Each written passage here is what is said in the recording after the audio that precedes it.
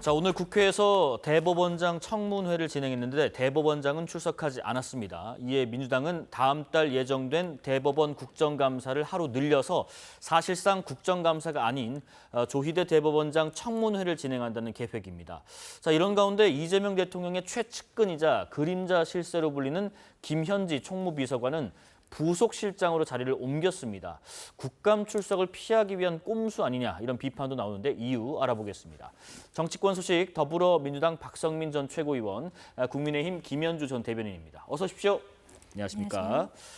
자, 먼저 잠시 뒤에 부산에서 한일 정상회담이 열릴 예정인데요. 현장에 나가 있는 취재기자 연결해서 자세한 소식 들어보겠습니다. 자, 방준원 기자, 일단 오늘 정상회담 어떤 식으로 진행되는지 또 정상회담의 의미까지 한번 짚어주시죠. 네, 이재명 대통령은 잠시 뒤 이곳 부산에서 이시바 시게루 총리와 정상회담을 갖고 이어 만찬을 진행합니다. 이시바 총리의 방안은 지난달 이 대통령의 일본 방문에 대한 답방 성격인데요. 한 달 만에 두 정상의 만남이 다시 이뤄졌다는 점에서 한일 간 셔틀 외교가 복원되고 정착됐다는 의미가 있다고 대통령실은 설명했습니다. 이번 정상회담이 부산에서 이뤄지는 것도 의미가 있는데요. 앞서 이 대통령은 이시바 총리에게 다음 방한 시 정상회담을 지방에서 하자고 제안한 바 있습니다. 일본 총리가 정상회담을 위해 서울 이외의 도시를 찾는 건 2004년 방한한 고이즈미 총리 이후 21년 만입니다. 한일 간 셔틀 외교가 복원되고 또 부산에서 이루어지는 것도 참 의미가 있는 부분이다 짚어주셨고요. 자, 그렇다면 오늘 회담에서 의제는 어떤 것들이 오르내릴까요? 네, 도쿄에서 열린 지난달 한일 정상회담에서 양국은 인구 문제와 지방 활성화 등 공통 문제에 대해 함께 대응해 나가기로 한 바 있습니다. 협의체를 만드는 문제 등 실무적 논의가 있을 것으로 예상됩니다. 인공지능과 수소에너지 등 미래 협력을 확대하기 위한 방안을 두고도 대화가 이뤄질 전망입니다. 이시바 총리는 다음 달 일본 집권 자민당이 새 총재를 선출하면 퇴임할 예정이지만 한국에 와서 정상회담을 하고 싶다는 입장을 적극 표한 것으로 알려졌습니다. 이 대통령은 이시바 총리의 퇴임 후에도 일본 정계 중진 의원으로 한일 관계 발전을 위한 적극적 역할을 당부할 것으로 보입니다. 한편 김혜경 여사는 이석증 진단을 받아 건강상 이유로 오늘 한일 정상회담 일정에 참석하지 않게 됐습니다. 지금까지 부산에서 KBS 뉴스 방준원입니다. 네, 대통령실 담당하는 방준원 기자 통해서 오늘 한일 정상회담의 전반적인 내용과 의의를 전해드렸는데 한번 여쭤보겠습니다.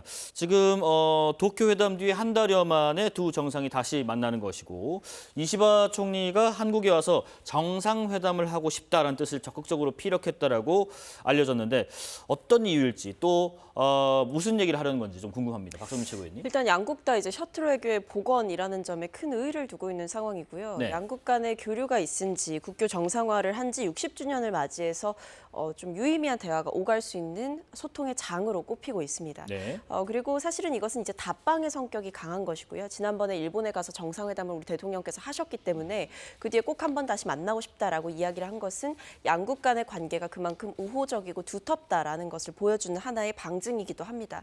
앞서 이제 기자분께서 전해주셨지만 의제가 또 굉장히 다양한 것들이 있습니다. 특히 이번에는 서울이 아니라 부산에서 만나자라고 한 우리 이 대통령의 제안에 이시바 총리가 굉장히 화답하게 됐다라는 것은 네네. 양국 간에 지금 둘 다 갖고 있는 문제이자 화두인 이 인구 소멸 문제 그리고 지방 활성화 문제에 대해서 어느 정도의 합의문 성격의 내용을 도출할 수 있는 하나의 신호로 볼 수 있을 것 같고요.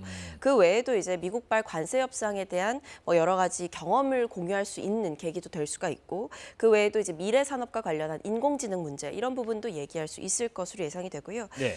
다만 이제 관건은 이시바 총리가 그동안은 굉장히 과거사 문제에 대해서 우호적인 입장을 보여왔는데 여기에 대한 좀 진전된 논의가 있을지 주목되지만 현실적으로 봤을 때 지금 곧 자민당 선거가 일본에 예정되어 있기 때문에 이시바 총리가 이 과거사 문제에 대해서 과거보다 얼만큼 진전된 얘기를 할 수 있을지는 좀 어렵게 지켜봐야 되는 상황입니다. 뭐 앞서 그 이시바 총리 같은 경우는 기자회견 통해서 사퇴 의사를 이미 밝혔잖아요. 그렇습니다. 그 상황이 되다 보니까 지금 퇴임을 앞두고 있는 상황에서 회담이 성사된 부분. 그렇다면 뭐 양쪽 다 이시바 총리 퇴임을 앞두고 뭔가 좀 얻을 것이 막판에 있다고 판단한 건지 어떻게 바라보시는지요? 일단 뭐 상징적인 의미가 있을 수 있을 것으로 보입니다. 방금 네. 말씀하셨다시피 이시바 시게루 총리가 지난 7일에 이미 사퇴 기자회견을 했기 때문에 네. 사퇴할 의지를 분명히 밝혔던 것이고 내달 4일에 임시국회가 개회될 예정으로 있습니다. 자민당 총재 선거가 있기 때문에 이제 그러니까 일할 마지막 날이 이미 정해져 있는 상황 하에서 이렇게 이제 한일 정상회담을 하는 것은 뭐 앞서서 의미를 짚어주셨다시피 셔틀 외교의 복원이 정착됐다라는 의미를 보여주는 것이고 네. 또 이시바 총리로서는 사실 이시바 총리가 일본 정치계에서 무거운 위치를 차지하고 있는 것은 사실입니다만 좀 비주류적 성격이 굉장히 강한 온건한 정치인으로 분류가 되고 있거든요. 네네. 40년 정도 정치를 했는데 사실상 일본 자민당이라고 하는 것이 이제 1.5당이라고 불리우는 게 상당히 거대한 정당으로서 그 안에 파벌이 있습니다. 그래서 지금 개파가 하나의 마치 정당과 같은 역할을 하는 이제 그런 정치 구조로 되어 있는데 지금 차후에 총리가 유력시되는 두 명이 있습니다. 다카이치 사나에 그리고 고이즈미 주니치로의 차남인 고이즈미 신지로 지금 현재 농림수산상이죠. 이 두 분 중에 한 분이 차기 총리가 될 것이다라고 예상이 되고 있지만 책임 정치의 모습을 보여주는 것이 아닌가 싶습니다. 그렇기 때문에 지난번에 그 트럼프 미 대통령이 주최한 그 만찬에도 네. 참여를 했었죠. 같은 논리로 끝까지 책임을 다하는 모습을 보여주겠다. 그리고 또 우리나라 입장에서 보자면은 그 어떤 그 한일 외교의 연계성을 충분히 확보할 수 있다라는 상징적 의미도 있는 것이기 때문에 이번 정상회담은 아무리 그 사퇴 일시가 얼마 남지 않았다고 하더라도 나름대로의 의미는 찾을 수 있겠다 이렇게 판단하고 있습니다. 참고로 오늘 김혜경 여사는 오전에 브리핑이 한 차례 있었죠. 그 어지럼증 때문에 참석을 좀 못한다고 하는데 보통 이제 영부인과 같이 이렇게 참석을 하잖아요. 뭐 이 부분은 좀 차질이 없을까요?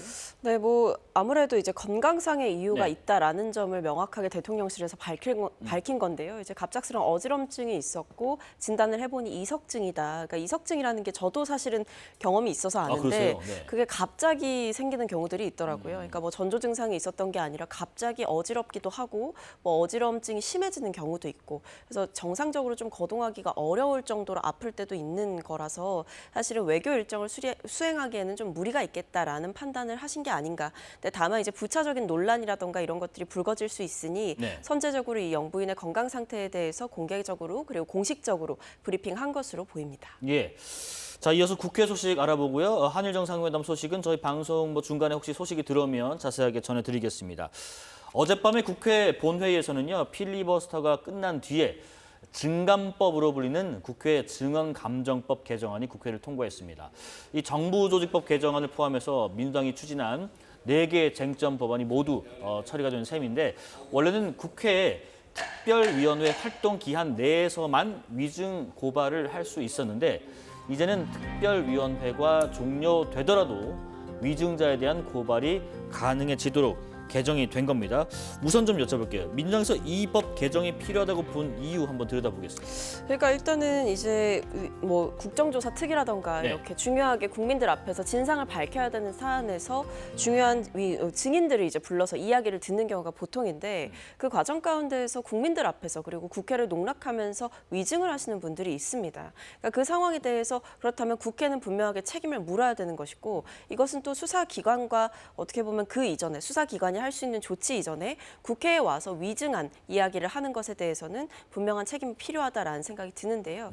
일단 뭐 대표적인 예시로 저는 한덕수 전 총리가 있을 수 있을 거라고 보는데 우리가 12.3 불법 비상계엄의 진상을 밝히기 위해서 국정조사 특위가 열렸고 그때 한 전 총리가 참석해서 했던 이야기는 계엄 포고문을 이제 본인은 보지 못했다라는 취지로 이야기를 했고 심지어는 뭐 정신을 차려보니까 뭐 주머니에 그 종이가 있었다라는 식으로 이야기를 했지만 그 특검의 수사 과정이라든지 이런 내용들을 봤을 때 CCTV에서 전혀 다른 정황들이 포착이 됐다. 그러니까 뭐 포고문을 직접 챙기거나 나눠주거나 하는 모습들이 포착이 됐다라고 하기도 했고요. 그 외에도 특검에 가서 180도 진술이 바뀌는 일도 있었습니다. 그리고 지금 한 전 총리가 좀 중요하게 받는 혐의 중에 하나는 네. 사후 계엄 선포문을 작성을 했는데 이전에 이제 계엄 선포문에 어떤 위법한 부분 그리고 절차적으로 맞지 않는 부분들이 있어서 이것을 완화하기 위해서 사실상 사후 계엄 선포문을 작성했는데 이것을 작성하고 제정하고 폐기하는 과정에 한정 총리가 관여를 했다라는 혐의를 받고 있습니다. 네. 근데 이런 식으로 굉장히 좀 중요한 진실들이 이제 드러나고 있는 상황인데 국회에 나와서 사실 국회가 선제적으로 진실을 밝히려고 할 때 여기서 이제 일종의 양심 선언을 했어야 되는 게 맞는 거죠. 근데 그런 뭐 주요한 뭐 고발인들 지금 내란 주요 혐의 종사자로 지목되는 인물들이 국회에 와서 진실을 말한 사람도 있지만 대놓고 거짓말을 하신 분들도 있기 때문에 이런 부분들에 대해서는 명확하게 책임을 물어야 되지 않을까라는 문제의식 그리고 이와 같은 일이 다시는 재발하지 않도록 해야 된다라는 문제의식이 있는 것 같습니다. 한덕수 전 총리를 예로 좀 들어서 설명을 좀 해주셨고요. 국민의힘은 지금 어쨌든 이 법 통과를 좀 막기 위해서 필리버스터까지 동원을 했는데 반대 이유 한번 들어보겠습니다. 그러니까 4박 5일간 뭐 필리버스터밖에 지금 뭐 할 수 있는 게 없기 네. 때문에 소수당의 입장에서는 그마저도 이제 뭐 행사할 수밖에는 없었던 거죠. 이 국회 증감법의 경우에는 지금 문제가 되고 있는 것이 이제 고발 주체가 누가 될 것이냐, 누가 고발권을 행사할 것이냐의 문제가 있는 것이고, 그리고 또 사후적으로 이거를 소급해서 일종의 적용하는 거 아니겠습니까? 특위가 구성돼서 진행되는 중간이 아니라 나중에라도 사후에라도 문제가 발견될 시는 위증의 벌을 물겠다라고 하는 것이기 때문에 상당히 그 증인으로 나온 사람들이 굉장히 위축될 소지가 있죠. 이거 일종의 입법의 횡포적인 측면이 이제 분명히 있는 것이고, 그리고 또 여기서 한 가지 이제 문제가 되는 것은 지금 절대적인 다수를 차지하고 있는 여당이 너무나 그 절대 권력을 마음껏 누리고 있다라는 측면이 있을 수가 있습니다. 이 상임위원장에 따라서는 어떤 위증의 경우에는 이것을 그 뭐 국민의힘 소속 상임위원장도 있을 수 있지 않습니까? 네. 그럴 경우에는 이 위증의 경우에 이제 고발을 기피하겠다라고 할 경우도 있을 수도 있는데 이에 대해서 아예 배제시켜 버리는, 그러니까 전체 제적의원의 과반이 찬성할 경우에는 이에 대해서 다시 위증을 물을 수 있다라고 하는 이런 경우에는 일종의 그 고발권을 독점하겠다라는 그런 면이 있기 때문에 국민의힘에서는 이를 통해서도 이 증감법 개정안에 대해서 주장을 할 수밖에 없는 그런 입장이지 않나 싶습니다. 말씀하신 부분, 그 이번 개정안에서는 위증한 증인을 누가 고발하느냐 이 네. 주체를 놓고도 참 말이 많았는데 민주당은 고발 주체를 애초에는 국회의장에서 법사위원장으로 변경을 했었는데 그래서 뭐 이른바 더 센 추미애법이다 이런 비판도 나왔고요. 근데 이후에 우원식 국회의장이 반대 뜻을 민주당에 전달한 것으로 알려지면서 고발 주체가 다시 국회의장이 됐습니다. 본회의 표결을 앞두고 지금 법안 내용이 재차 바뀐 셈인데 이런 일이 발생한 부분 당내에서 충분한 논의가 없었는 것인가 어떻게 보시나요? 아니요, 뭐 당내에서 충분한 논의가 없었다는 것은 아니고요. 네. 이제 국회의장에서 주체를 바꾸게 된 경위는 뭐 지금 들어보니까 당 입장에서는 이게 뭐 위증 그 국회 특위에 나와서 위증을 한 사람들에 대해서 고발하는 주체가 그 국회의장이 되었을 때 네. 국회의장에게 지나친 부담을 지우는 것 아니냐, 혹은 이제 국회의장의 격에 맞지 않는 것 아니냐라는 이야기가 있었던 것 같습니다. 근데 결과적으로 봤을 때 이게 결국에는 국회에 나와서 위증한 사람들에 대한 처벌을 하는 것이고 책임을 묻는 행위잖아요. 예. 그렇기 때문에 국회를 대표해서 행위해야 하는 행위자는 국회의장이 되어야 되는 것이 맞다라는 이야기가 또 동시에 당내에 있었던 것이고 더 나아가서는 국회의장실에서 이 부분에 대해서 직접적으로 문제 제기를 하신 것으로 알고 있습니다. 그렇기 때문에 국회의장의 권한이라든지 아니면 여러 가지 당내에 제기되고 있는 의견들을 종합해 보았을 때 이것은 부차적인 논란 필요 없이, 그리고 국회의장께서 어쨌든 국회의 대표자는 국회의장이다라는 취지의 말씀을 전하셨다라고 한다면 이것은 국회의장으로 원복하는 것이 맞다라는 절차를 밟은 것으로 보입니다. 지금 어떤 뭐 국회의장의 어떤 부담이랄지 어떤 격이랄지 이런 부분 말씀하셨고 근데 만약에 이게 법사위원장이 주체가 됐다면 우리가 상원격이라고 하지만 정말 상원의 역할을 할 수밖에 없는 것이 될 테고, 하지만 추미애 법사위원장은 뭐 몰랐다, 법안을 알지도 못했고 건드리지 못한다, 이렇게 SNS에 또 입장을 밝혔습니다. 네. 근데 이제 국민의힘에 민주당이 조금 감사해야 될 것 같아요. 필리버스터를 하면서 시간을 끌어줬기 때문에 그 와중에 호떡 뒤집듯이 그 주체관에서 2번 바뀐 거 아니겠습니까? 네. 충분히 시간을 벌어들인 측면이 있을 것 같고요. 오늘 추미애 법사위원장이 본인의 의견을 이제 피력을 했습니다. 이걸 한마디로 축약하면 나는 아닐세. 그러니까 이러한 그 과정 중에 있어서 본인이 어떠한 그 행사, 힘의 행사를 한 것이 아니다라고 주장하는 것으로 보입니다. 저는 마치 기시감이 드는데 네. 지난번에 그 특검법 연장 기간 연장에 관해서 그러니까 여야 원내대표가 합의한 내용을 발표한 적이 있었죠. 김병기 원내대표가 우리는 이 점에 대해서 원칙적으로 합의했다라고 이야기를 하면서 정부조직법에 대해서도 서로 여야 간의 합의를 통해서 이를 통과시키겠다라고 이야기한 바가 있었는데 네. 밤에 자고 일어나니까 이것도 바뀌어 버렸었지 않습니까? 그 당시에도 사실 정청래 대표도 나는 몰랐네. 그리고 대통령실의 입장도 역시 마찬가지로 김병기 원내대표에게 마치 책임을 떠넘기는 듯한 이제 그런 모습이 보였기 때문에 나름대로 김 원내대표의 경우에는 몰빵을 당한 듯한 이제 그런 모습, 추후에 뭐 서로 추스리고 뭐 서로 악수하고 이런 모습이 보이기는 했습니다만 그런 식으로 일종의 책임 떠넘기기가 있지 않았습니까? 근데 지금 현재 추미애 법사위원장의 위상을 놓고 추상전화라는 말까지 나오고 있습니다. 네. 그러니까 아무리 국회의장이 존재한다 하더라도 마치 그 법사위원장이 육선이고 선수로도 높고 그리고 과거 국회의장 선거에서도 이제 서로 대결하는 국면이었기 때문에 상당히 국회의장 입장에서는 이 법사위원장의 존재가 조금 까탈스러울 것으로 보입니다. 그렇기 때문에 그 주체를 놓고서도 아니 왜 이걸 법사위원장이 해야 되지라는 의문을 제기했던 것이고 뭐 거기에 이제 원칙적으로 상임위 간의 위계가 존재하지 않기 때문에 말씀하셨다시피 상원격이라고는 하지만 상원이 될 수는 없다. 그러니까 원칙적으로 국회의장이 행사하는 것이 맞다라고 주장은 하셨습니다만 겉과 안의 내용이 사실 본질적으로 다른 것이다. 그래서 저는 일종의 네. 아무리 국회의장이 그 당적이 없다 하더라도 진보 진영 내에서의 어떤 권력이 서로 분열되는 양상 이런 것들이 보여지는 한 가지 사례가 아닌가 그렇게 생각이 듭니다. 지금 법사위원장이 뭐 굳이 뭐 알 이유도 없고 알지도 못했다라는 부분에 있어서 혹시 부연 가능하실까요? 그러니까 이게 지금 이 법안 개정안 자체가 운영위 소관이라는 거거든요. 그러니까 예. 법사위원장이 뭐 모든 법안에 대해서 내용을 알게 되고 이럴 수는 없는 겁니다. 그러니까 단순히 이 법안에 대해서 추미애 위원장께서 설명을 하셨지만 체계 자구 심사권만 있을 뿐이지 이 내용의 주체를 어떻게 변경하고 하는 것은 소관 상임위의 역할인 것입니다. 그래서 지금 법사위도 사실상 바쁜데 다른 상임위에서 어떤 법안을 어떻게 개정하는지까지 그 내용을 과연 법사위원장이 알 만한 상황이었는가? 저는 그렇지 않았다라고 보고 네. 이 내용에 대해서 그러니까 아마 이런 해명을 하시게 된 것은 뭐 기사의 내용을 정정하시려는 것도 있었겠지만 이제 국민의힘 쪽에서 공격하는 내용이 결국에는 추미애 위원장이 자기 정치를 위해서 이런 법안을 뭐 만든 거 아니냐라는 식의 이야기를 하시다 보니까 이런 부분까지도 고려하신 게 아닌가 싶고요. 그리고 사실 저는 근본적으로 이 국회 증언감정법 개정안에 대해서 왜 국민의힘이 필리버스터를 했는지 사실은 그 부분도 이해가 되지 않기도 합니다. 왜냐하면 과거에 2013년 당시에 이제 국정원 댓글 사건 국정조사 당시에 이 위증한 증인들이 있었어요. 거기에 대해서 책임을 물어야 된다라고 하면서 특위가 끝난 뒤에도 고발할 수 있게 그 위증의 책임을 물을 수 있게 하는 법안을 과거에 국민의힘도 냈었던 법안이거든요. 근데 여기에 대해서 더 센 추미애법이다라고 이야기를 하면서 결과적으로 봤을 때는 국회의장이 고발권을 갖는 것으로 정리가 명확하게 됐음에도 불구하고 이 뭐 고발 주체를 떠나 법안의 취지 자체에는 반대할 이유가 없었는데 이 법안의 내용마저도 위헌이다라고 말씀하시는 주장들은 사실 국민들께서도 납득하기 어려울 것이다 싶습니다. 짧은 답변 들어볼게요. 지금 과거 사례를 좀 언급을 하셨거든요. 어떻게 생각하시는지? 그때는 맞고 지금은 틀리다. 네. 입장에 따라서 뭐 그런 주장이 가능할 수는 있다라고 봅니다. 하지만 지금 민주당의 행태라고 하는 것이 너무나 전횡적이고 그리고 제가 앞서서 말씀드렸다시피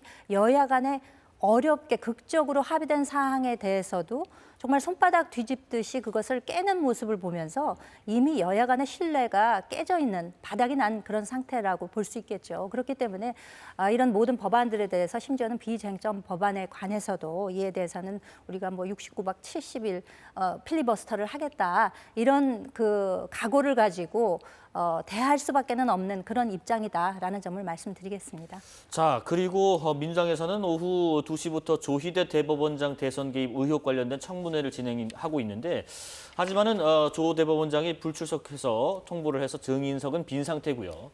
조 대법원장과 다른 대법관들도 마찬가지입니다. 그러니까 조희대 없는 조희대 청문회입니다. 관련해서 여야는 상반된 입장을 내놨는데요. 그 입장도 한번 들어보겠습니다.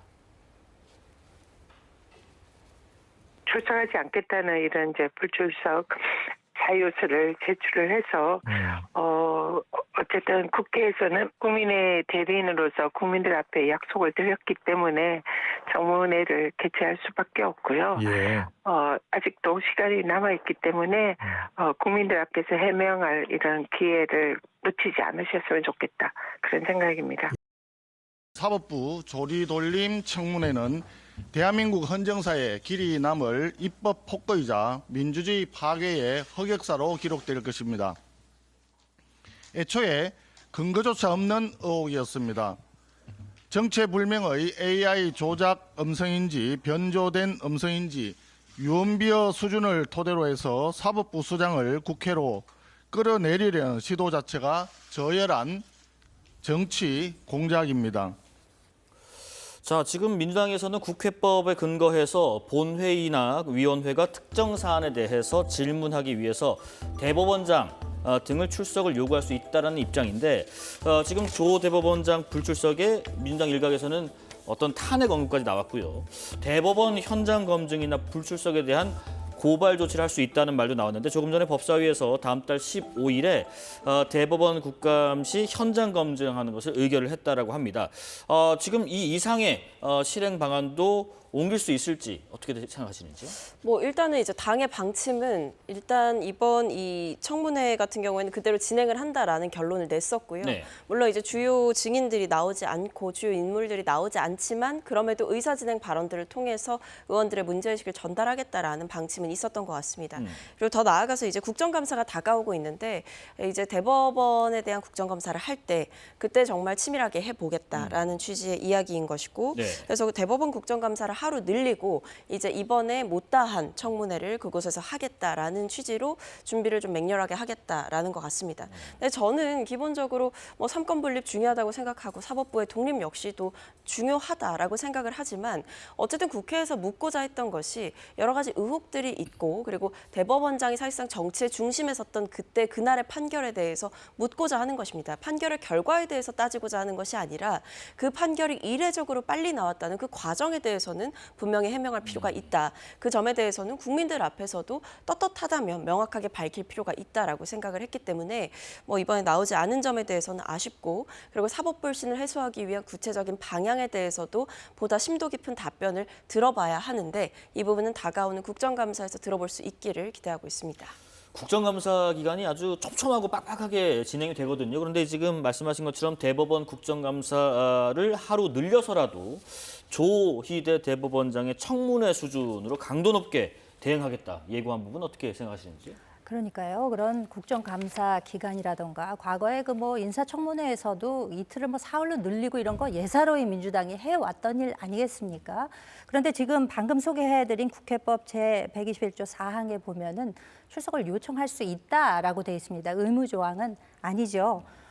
그런데 더 중요한 최고의 권위를 가지고 있는 우리 헌법 103조를 보게 되면 법관은 헌법과 법률에 그 양심에 따라 독립하여 심판한다라고 되어 있습니다. 네. 이것은 독립성, 그러니까 사법부가 독립해야 함을 명시적으로 밝히고 있는 것이고 양심에 따라서 한다라는 것은 우리는 자유심증주의를 채택하고 있기 때문에 그에 대해서 명확히 한 것으로 보입니다.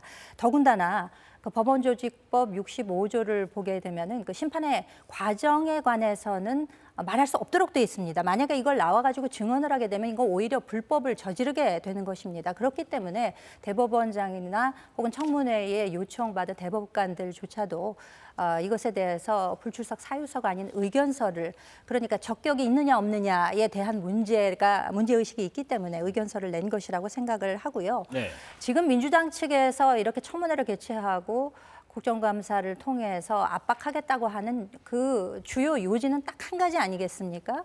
지난번 대선을 앞두고 이 대통령의 공직선거법 대법원 전원합의체 판결이 신속하게 나왔고 이것이 마치 대선에 개입하려는 정치를 한 것이다. 라는 이 기준에 의해서 지금 압박을 하고 있는 거 아니겠습니까? 만약에 그렇다고 하면은 이것이 위헌위법하다 하면 이것은 탄핵 심판 청구를 하는 것이 맞다고 봅니다. 민주주의는 과정도 그 절차도 민주주의에 입각해서 해야 되는데 이와 같이 무슨 현장 검증을 하겠다느니 혹은 청문회를 하겠다느니 내지는 국정감사 기간을 늘리겠다느니 하면서 대법원장을 압박하는 것은 조희대 대법원장이 그 개인으로 잘나서가 아니고요. 대법원장이라는 그 지위가 갖고 있는 우리 민주주의에 있어서의 삼권 분립의 정립하는 그 위치에서의 사법부의 그 독립성에 관한 것을 상징하고 있기 때문인 거거든요. 네. 그렇기 때문에 이와 같이 압박하는 것은 옳지 않다. 그렇게 정의 문제 제기를 하고 싶으시면 탄핵 심판 청구를 하는 것이 옳다. 그런 말씀을 드리겠습니다. 관련 질문 좀 추가로 드리고 의견 좀 여쭤볼게요. 근데 지금 민주당에서 조희대 대법원장과 한덕수 전 총리 이 만남설을 제기하면서 사법부의 국정농단이다. 또 일부는 또 쿠데타다. 그래서 대선 개입의 의혹을 좀 밝히기 위해서라도 청문회를 열어야 한다. 이게 지금 명분이고 입장인데, 근데 이제 그런 의문은 듭니다. 정작에 의혹을 최초 제보했던 제보자 포함해서 제보 내용을 대신 녹음했다는 여성 증인으로 부르지 않고 있는데 의혹 당사자랄지 의혹 제기자 모두 없는 증인이 없는 청문회 여기에 대해서 어떻게 생각하시는지? 증인 없는 청문회 많이 하셨잖아요. 지난번 인사청문회 할 때도 증인 하나도 안 부르고 대부분 하셨지 않습니까? 근데 더군다나 이와 같이 문제시 될 수 있는 소지의 청문회에 대해서 지금 여성의 목소리라고 말씀하셨는데 그 여성 목소리가 맞습니까? 여러 가지 의문이 제기가 되고 있죠. 심지어는 뭐 AI로 제작됐다는 설도 있었고, 그렇습니다. 심지어는 그 열린공감 TV의 정모 PD라는 분이 변조에 변조를 거듭해서 뭐 이런 방식으로 제작을 했다라는 썰도 측근에서 나온 바가 있습니다. 그렇기 때문에 이 녹취라고 하는 것이 과연 실제가 있는 것이냐, 그러면 그 사인 회동이 과연 있었을 것이냐, 이에 대해서는 뭐 믿거나 말거나 식이라는 게 분명한데, 아니 우리 최고 권위의 국회에서 우리 사법부 독립수장인 사법부의 최고 권위자를 불러내는데 이와 같이 허약한 구조로 되어 있는 이 녹취 하나를 근거로 해서 불러내는 게 과연 온당합니까? 누구나 가슴에 손을 얹고 한번 생각해 보면 쉽게 답이 나올 문제에 대해서 민주당에서 이와 같이 무리하게 주장하는 것에 대해서 많은 국민 여러분들도 불편하게 생각하시다는 점도 말씀을 드리겠습니다. 문제의 청문회다, 또 증인이 없는 청문회다 이런 지적에 대해서는 어떤 입장이신지요? 그러니까 뭐 일단은 이제 불출석 사유서를 네. 다들 당사자들이 제출을 했기 때문에 뭐 그러다 보니까 이제 주요 인물들 없이 진행되는 청문회인 점은 좀 아쉽다고 생각을 하고요. 네. 근데 그것과 별개로 저 역시도 사실 뭐 제보자를 불렀어야 되지 않나라는 개인적인 생각은 있습니다. 왜냐하면 결국 이게 물론 가장 큰 본질 같은 경우에는 조희대 대법원장의 정치적인 개인 문제라고 생각하고 거기서 규명되어야 할 것은 뭐 4인 회동설보다도 그 이전에 이 전원합의체에 회부되는 과정이 이례적으로 빨랐고 합의 기일을 첫 번째 합의 기일과 두 번째 합의 기일을 잡는 사이에 시간이 굉장히 짧았다라는 점, 그리고 특정 사건 하나만을 위해서 이렇게 전원합의체에 회부해서 회의를 연다라는 점 자체, 그리고 1심과 2심의 결과가 판이하게 달랐던 사건임에도 불구하고 그 6만여 쪽의 사건 기록을 과연 다 검토하고 이 부분에 대해서 판단을 했는가, 왜 하필 대선 직전에 그런 유죄 취지의 파기환송이라는 결론을 그렇게 빠르게 내릴 수밖에 없었는가, 이 부분에 대해서 묻는 겁니다. 이거는 결론보다도 특정인에 대해서 특정한 절차가 빠르게 진행됐다라고 하는 것은 특정인의 의도성을 의심하게 하는 거거든요. 그렇기 때문에 조희대 대법원장의 의도성이 있었던 것 아니냐라는 점이 이 의혹의 핵심이라 그 부분을 듣고자 했던 것으로 보입니다. 그리고 이 사건이 전원합의체에 회부되는 경우에 대해서도 약간 말이 엇갈린 부분이 있었거든요. 예를 들면 이제 천대엽 처장이 지난 24일 국회에 출석했을 때에는 대법관들이 전원 검토를 해서 이 전합의 회부를 하는 것을 결정을 했다라고 했지만 당시 이제 대법원에서 그때 해명을 했던 내용들은 2부에 먼저 배당을 한 뒤에 조 대법원장 결정으로 바로 전합에 회부를 했다. 이렇게 얘기를 했거든요. 그러니까 이렇게 말이 엇갈리는 부분들에 대해서도 전 충분히 물어볼 수 있다. 그리고 이 국회법의 그 제121조의 조항이 나오는 얘기도 아예 이 대법원장을 부르는 행위 자체가 위헌적이다, 위법적이다라는 지적을 이제 야당 측에서 하다 보니까 그 부분에 대해서도 반론할 여지가 있기 때문에 이런 조항까지도 얘기가 나오는 것 같습니다. 이번에 그 민당에서 사법개혁안 발표를 추석 연휴 이후로 연기하는 것을 결정했는데 이거는 어떤 이유에서인지요? 일단 지금의 화재 사태가 가장 큰 원인인 것으로 알고 화재 있습니다. 때문에요? 네, 사실 뭐 지금 화재가 좀 복구를 열심히 하고 있다라고는 하지만 굉장히 많은 시스템들이 마비가 됐고 총력을 다해서 복구한다고 하지만 아직은 생활 속의 불편을 여전히 국민들께서 겪고 계시고 이 화재가 전부 다 피해가 원복됐다라고 보기는 원상복구됐다라고 보기는 어려운 상황이기 때문에 사실상 지금 상황 상황에서 어떻게 보면 큰 이슈들을 집어삼킬 수 있는 이 사법개혁이란 이슈를 전면에다 얘기하기보다는 지금은 어쨌든 정보 재난 상황이지 않습니까? 이런 상황 자체를 좀 더 무겁게 다루겠다라는 취지로 미룬 것으로 알고 있습니다. 혹시 뭐 다른 의견 있으시죠? 그러니까 추석밥상에 예. 올리지 않겠다라는 의지의 표명으로 봅니다. 지금 민주당에서 특히 정권을 잡은 이후에 검찰청 폐지를 비롯해서 우리 형사 사법 시스템의 근간을 흔드는 여러 가지 입법 활동을 하고 있는데 예. 하면서도 아마 속으로 약간 겁이 나는 면도 있을 거예요. 우리가 이거 너무 나가나 하는 생각을 분명히 하실 거라고 저는 생각이 됩니다. 지난주 갤럽 조사 결과를 보게 되면 국정 지지율 추이나 민주당의 그 정당 지지율 역시도 하락 추세가 보이고 있기 때문에 그 하락 원인에 대해서도 분석한 기사를 보게 되면요, 너무나 사법부에 대한 압박을 심하게 하면서 일종의 독재 독단적 측면이 있지 않나, 이런 면들이 부각되고 있기 때문에 이에 대해서 좀 감안을 한 거죠. 만약에 이렇게 너무 나가는 측면이 있은 채로 추석 연휴가 지나갈 경우에 국민들이 모여서 과연 무슨 말씀을 하실 것인가, 이에 대해서도 그냥 가볍게 보고 넘길 수는 없는 입장일 것입니다. 네. 그렇기 때문에 원칙적으로 이 사법부의 독립성, 삼권 분립이라는 이 원칙으로 돌아가서 다시 한번 깊이 생각해 보시라는 말씀을 드리겠습니다. 자, 마지막은 이 얘기해 보겠습니다. 자, 이런 가운데 국회 국정감사에서 못 볼 수 있는 인물이 있습니다. 이 대통령의 시민단체 활동 시절부터 함께한 핵심 측근으로 알려진 대통령실 김현지 총무비서관인데요. 대통령실은 어제 조직 개편을 발표하면서 김 비서관이 제1부속실장으로 자리를 옮긴다고 밝혔습니다. 앞서 최근에 국회 운영위에서는 김현지 당시 총무비서관의 국정감사 증인 출석 여부를 놓고 여야가 부딪혔는데 이후에 한 4일 만에 어제 인사가 난 거고요. 자, 이를 두고 지금 국민의힘과 민주당에서 어떤 반응인지 먼저 좀 들어보시죠.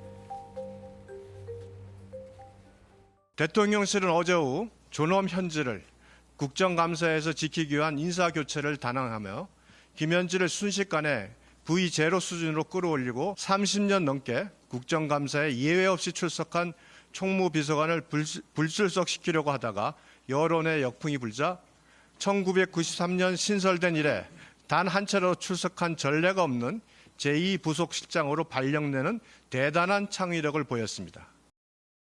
너무 거기에 과도한 의미 부여를 하니까 그렇게 좀 현미경처럼 봐서 그런 거고, 자연스러운 전체적인 보직 이동 과정에 있다라고 하면 그렇게 큰 일은 아니라고 생각이 들거든요. 그리고 대통령실이 이 국정감사 때문에 뭔가 보직을 이동을 할 만큼 그렇게 한가한 조직이 아닙니다. 오해가 없으셨으면 좋겠다라는 생각이 들고. 국정감사 출석을 피하기 아니냐, 이런 입장이 있는데 국민의힘 의견 한번 들어보겠습니다. 지금 조금 전에 박상혁 의원도 오늘 오전에 라디오에 출연해서 이제 말씀을 하시면서 네. 이게 이제 그렇게 피할 의도로 한 것은 과도한 해석이다. 진작부터 이렇게 인사 조치가 있을 예정이었기 때문에 이건 지극히 자연스러운 일이다라고 말씀을 하셨는데, 지금 이 인사이동을 놓고 자연스럽다라고 느낄 분이 과연 몇 분이나 계실까요? 누가 보기에도 너무나 뻔연히 그 의도가 보이는 거 아니겠습니까? 총무비서관의 출석 의무가 없다라는 것을 민주당 쪽에서 운영위에서 진작부터 목소리 높여, 그러니까 그냥 차라리 나와서 총무비서관이 1992년 노태우 정부 이래로 다 배석을 했기 때문에, 왜냐하면은 그 대통령실의 살림살이를 책임지고 있지 않겠습니까? 얼마 전에 특활비 관련해서 이제 발표도 하고 했잖아요. 그러면 배석을 해서 출석을 했다가 그 궁금증에 대해서는 답변을 하면 그만인 것을, 이걸 과도하게 오히려 반대쪽으로 심하게 핸들을 꺾다 보니까 이와 같은 상황이 나왔고 인위적인 인사 이동이 일어났다. 그러니까 지금 시중에서는 뭐 만사 현통이다라는 이야기가 진즉부터 오갔습니다만 역시 인사도 현통이다. 그러니까 총무비서관을 중심에 딱 놓고 이거 어떻게 조절을 해야 출석 의무가 없는 자리로 갈 수 있을까? 그러니까 일종의 성남 라인이 이렇게 교차하면서 그 회전문식 인사가 지금 이루어진 거 아니겠습니까? 그러면서도 또 지금 하는 얘기가 국회에서 요청이 오면 나가겠다라는 입장에는 불변이다라고 이야기를 하고 있어요. 그러니까 나가겠습니까? 그리고 요청하겠습니까? 증인 채택되지 않을 걸 뻔히 알면서 지금 하는 얘기이기 때문에 누가 봐도 의도가 뻔한 것이다. 그러니까 뭐 지극히 자연스럽지는 않다. 이런 말씀을 드리겠습니다. 예, 앞서 언급드린 것처럼 한일 정상회담 소개해드렸는데 조금 전에 이재명 대통령과 이시바 총리 간의 한일 정상회담이 시작됐다는 소식이 들어와 있고요. 아마 그 관련된 소식은 저희 방송 직후에 이어지는 5시 뉴스에서 계속 전해드릴 수 있을 것 같습니다. 계속 이어가 보죠. 과거에 청와대에 계셔서 좀 잘 아실 것 같은데 총무비서관이 국정감사장에 항상 나왔었다 말씀하신 것처럼. 근데 갑자기 제1부속실장으로 발령이 났다. 근데 부속실장은 국정감사 출석 의무가 사실상 없는 분이다. 그러다 보니까 김현지 부서관을 두고 이런저런 설왕설래 말들이 좀 나옵니다. 어떻게 생각하세요? 저는 일단 이제 김현지 비서관의 입장이 전달이 된 것은 이제 어떤 보직에 있든 국회에서 합의를 해서 부르면 나가겠다라는 취지인 것으로 알고 있고요. 그것은 대통령실의 공식적인 입장이기도 합니다. 근데 저도 이제 청와대에 있어봐서 알지만 네. 이런 내부적인 조직 개편은 사실 상당 기간 준비하는 경우가 많습니다. 그러니까 우리가 국정감사에서 누굴 부를까, 누굴 부르니까 이 사람을 어디로 보내자 이런 식의 논의가 이루어지는 게 아니라 이제 인적 개편을 지금 제1부속실장과 관련해서만 한 게 아니잖아요. 그러니까 김현지 비서관만 총무비서관에서 1부속실장으로 가는 인사를 낸 것이 아니라 지금 보면 나름대로 상당한 변화들이 있거든요. 뭐 네. 예를 들면 지금 대변인도 한 분이 이제 추가가 되는 김남준 것이고 대변인. 그렇습니다. 네. 김남준 대변인이 추가가 되는 것이고 그 외에도 총무비서관으로 새롭게 이제 제2부속실장을 하시던 분이 또 오게 되는 오게 것이고 하셨고. 그렇게 바뀌는 인사도 있는가 하면 또 인사수석실 산하의 균형인사비서관을 또 만드는 일도 있고 디지털 소통비서관을 홍보수석실 직속에서 비서실장 직속으로 바꾸고 그다음에 뭐 정책홍보비서관실과 국정홍보비서관을 합치고 이런 것들은 이제 정부가 출범한 지 한 100일 좀 지났는데 그동안 업무를 하면서 청와대가 보다 효율적으로 돌아가기 위해서는 대통령실이 보다 효율적으로 돌아가기 위해서는 어느 정도의 개편과 뭐 직제 추가도 필요하고 혹은 통합도 필요하다. 이런 판단은 사실 지난주부터 출석 요구를 받았을 때부터 할 수 있는 계획은 아닌 거예요. 그러니까 왜냐하면 이게 김현지 비서관만 옮긴 게 아니기 때문에 그래서 저는 이것이 마치 출석을 피하기 위해서 갑자기 옮겼다 이렇게 추정하는 것은 좀 대통령실의 시스템이라던가 이런 부분들을 너무 평가절하하시는 게 아닌가 싶습니다. 짧게 그 말씀하신 것처럼 여러분들이 이제 좀 이번에 인사가 있었는데 어제 이분들이 대체로 경기 성남 시절에 같이 있었던 분들이거든요. 대통령실에 좀 어떤 소통을 조금 더 원활하게 할 필요가 있어서 바꾼 건가 하는 그런 의견도 있어요. 뭐 아마 가장 큰 부분은 이제 업무의 효율성이겠죠. 효율성. 네. 그러니까 대통령의 의중을 가장 잘 이해하시는 분들이 또 여러 가지 일들을 이제 돌아가면서 맡게 되는 것인데 아무래도 이제 초반에 지금 대통령실과 지금의 대통령실은 또 업무가 돌아가는 방식이 또 다를 거라고 생각합니다. 왜냐하면 인수위 없이 출범한 정부였기 때문에 초기에 이제 각자가 맡아야 됐던 역할이 원래 또 따로 생각하고 있었던 게 있었을 수 있어요. 근데 이제 대통령실이 이제 출범하고 나서 지금 100일 좀 지나고 나니 이 역할에는 누가 더 적임자겠다 혹은 뭐 대변인을 한 분 더 추가해서 소통을 더 늘리는 게 좋겠다라든지 이런 식의 현실적인 판단과 실용적인 판단이 동시에 있었을 가능성이 높습니다. 하지만 굉장히 자연스럽지 못한 인사다. 이 인사는 이렇게 급작스럽게 할 수 없다라는 의견을 주셨습니다. 자, 정치권 소식 더불어민주당 박성민 전 최고위원, 국민의힘 김현주 전 대변인과 함께했습니다. 고맙습니다. 자, 국가정보자원관리원 화재로 중단된 정부 전산망 복구 작업이 나흘째 이어지고 있습니다. 전체 복구율은 여전히 10%인데요. 주민등록, 인감, 여권 같은 민원 처리는 정부24와 무인 발급비가 정상화됐지만은 이 부동산 거래랄지 사회 보장 시스템은 기능 장애가 아직도 계속되고 있다고 하니까 참고하시기 바라겠습니다. 9월 30일 화요일 사사건건은 여기까지입니다. 시청해주신 여러분 고맙습니다.